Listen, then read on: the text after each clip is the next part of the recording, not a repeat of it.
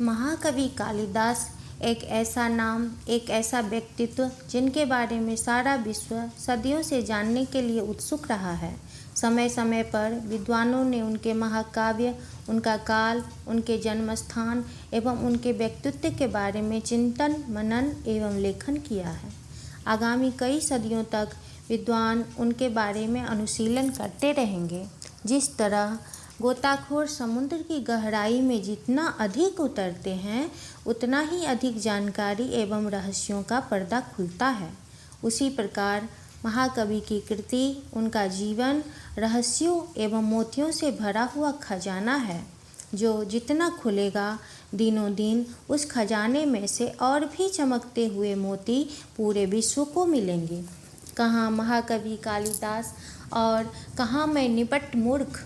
मैं भली भांति जानती हूँ कि कालिदास के बारे में अनेक विद्वानों ने अनुशीलन करते हुए इतना कुछ लिख डाला है कि मुझे पता नहीं कि मैं क्या लिख सकती। मैं तो उन विद्वानों की तरह हूँ और ना ही मुझमें उनकी तरह शब्दों की क्षमता है। मेरे पास मात्र महाकवि के लिए अपार श्रद्धा है, जिसके फलस्वरूप उस ज्ञान रूपी सागर में बच्चों की तरह जिद्दी बन गहराई में उतरना चाहती हूँ। उस गहराई में उतरने के लिए मैं कुछ विद्वानों की लेखनी का सहारा लूँगी, क्योंकि उचित दिशा निर्देशों के बगैर मैं उस गहराई में नहीं उतर सकती। मुझसे अनेक तरह की गलतियाँ होगी, क्योंकि मेरे पास न शब्दों का खजाना है और न ज्ञान का। मुझे आशा ही नहीं, पूर्ण विश्वास है कि विद्वानगण मेरे द्वारा लिखे गए तथ्यों को विचाराधीन रखेंगे, या मेरे तथ्य सही नहीं होंगे तो मुझे अज्ञानी बच्चा समझकर क्षमा कर देंगे। महाकवि कालिदास को साक्षात माता काली ने दर्शन देकर वर दिया था।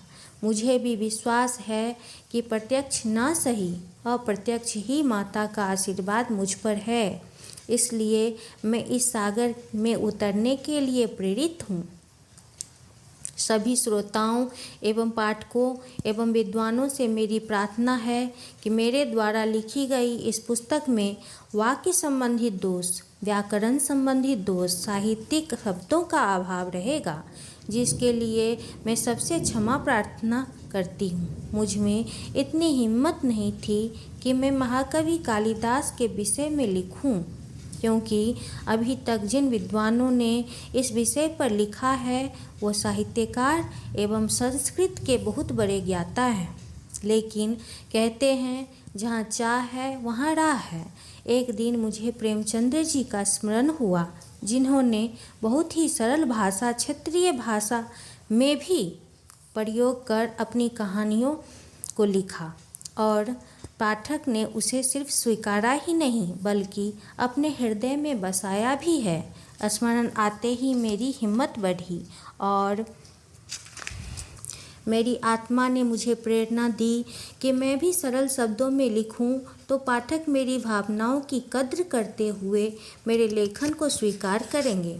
पाठकों से मेरा अनुरोध है कि मेरी लिखी अशुद्धि या तथ्य दोष को नज़रअंदाज कर मेरी भावनाओं को समझकर मेरी लेखनी को स्वीकार कर विचार जरूर करें।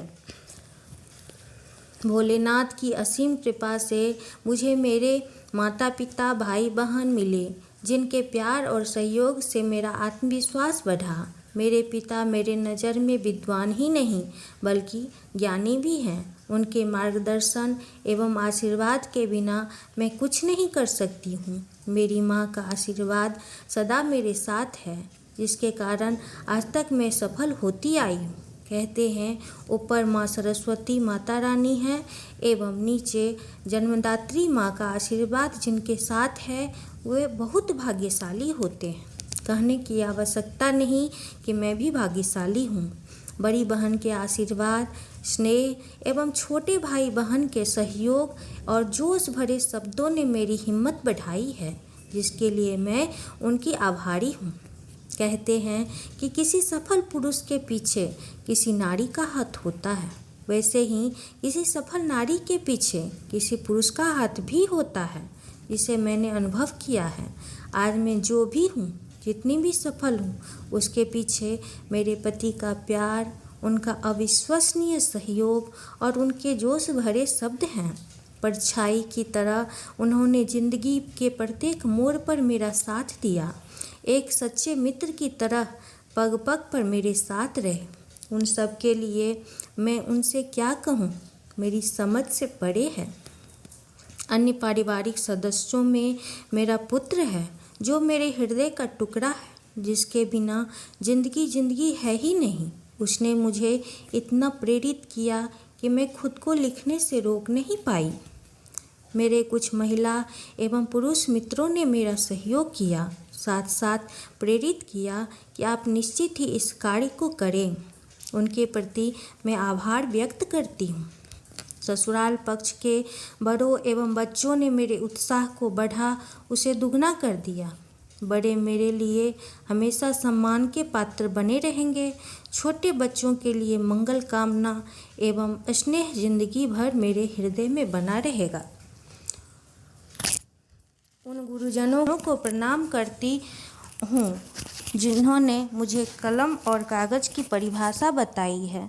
अंत में मैं अपने विरोधियों एवं अपने प्रति ईर्ष्या एवं घृणा भाव रखने वाले का हृदय से धन्यवाद देती हूँ, क्योंकि उनकी भावना ने मुझे कुछ करके दिखाने के लिए प्रेरित किया।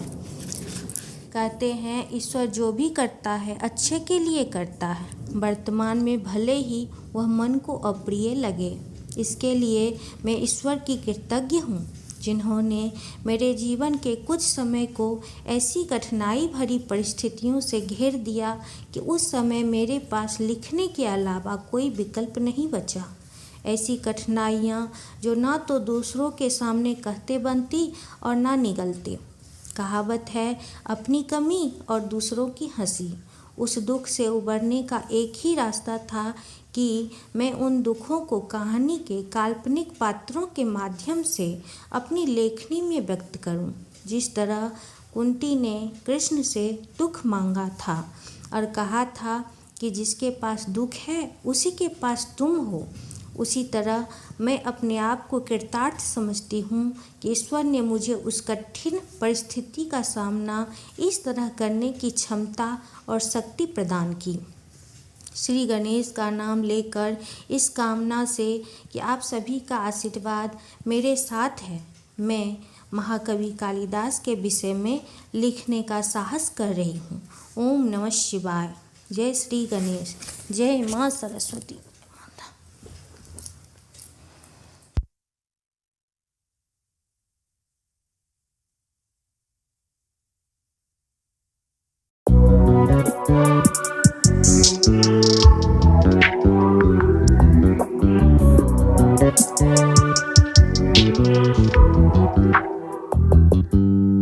You just always been a